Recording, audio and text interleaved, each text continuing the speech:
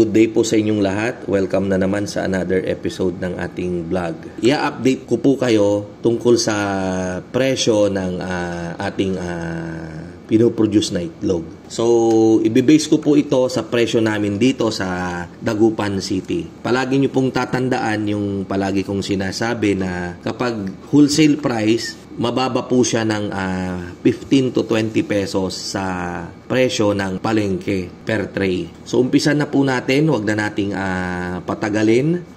As of now, ang presyo po ng aming extra small ay nasa 190 pesos. Ang presyo naman po ng aming small ay nasa 200 pesos. Sa medium naman, nasa 220 pesos. And then sa large naman, nasa 230 pesos. Sa XL, nasa 240 pesos. And then sa jumbo, 70 grams po and above, nasa 250 per tray. Pero yung mga ibang farm po kasi naglalagay pa po sila ng additional sizes. Gaya po ng super jumbo. Ang timbang po kasi nung jumbo ay 71 grams hanggang 75 grams. 76 grams and above, yun po yung tinatawag nilang super jumbo. Pero sa atin po kasi, hindi na po tayo naglagay ng super jumbo.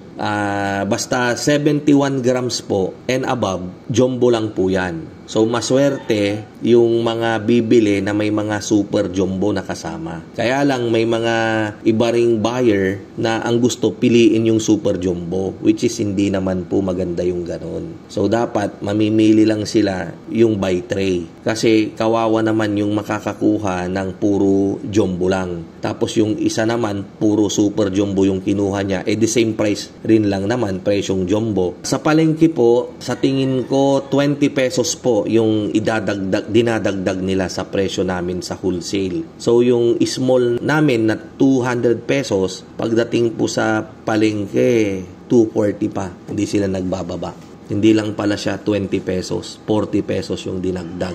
And then yung medium, sila ginagawa nila 250, 260, ganyan. So, napakaganda po talaga, lalong-lalo na sa ating mga backyard na egg producer, na ibenta natin yung ating na-produce na itlog sa presyong palengke para gumanda-ganda yung ating kita. Ano rin po, importante rin po talaga na ma-establish natin yung ating market.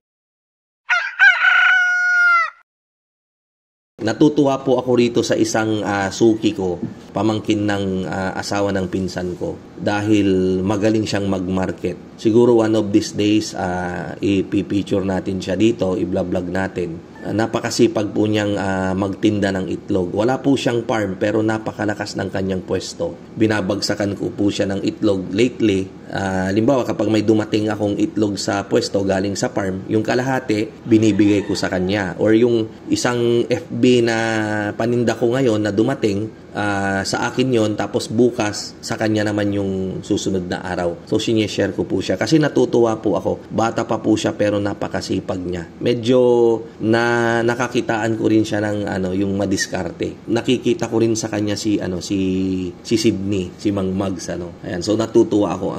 Ang ganda niyang suportahan. Alam niyo, kapag may mga ganyang tao na masisipag, suportahan po natin yan. Paano natin masusuportahan? Bumili tayo ng itlog sa kanya. Diba? Bibili ka rin lang naman ng itlog sa iba, di dyan ka na bumili sa kanya kasi nakita mo na napakasipag, madaling araw pa lang, gumigising na, nagtatrabaho na, ganyan. Kahit na wag na natin siyang pautangin, yung suportan lang natin yung kanyang negosyo, napakalaking bagay na po noon. Ayan. Although sa akin, pinapa-consign ko yung itlog sa kanya. Kasi nga po, hindi rin po siya iba. Kadi-deliver ko lang ng itlog sa kanya, halimbawa kahapon, ngayong umaga nagte-text na, "Tito, may itlog na po ba?" Ganon. So, nakakatuwa. So, ako naman, parang, ganado tuloy ako na magdagdag pa ulit ng paitloging nating manok. Kasi nga po, may mababakanti po tayong isang building. Puno po kasi yung 4 na housing natin ngayon, pero may mababakanti po tayong isang building anytime from now. Ikakal po natin.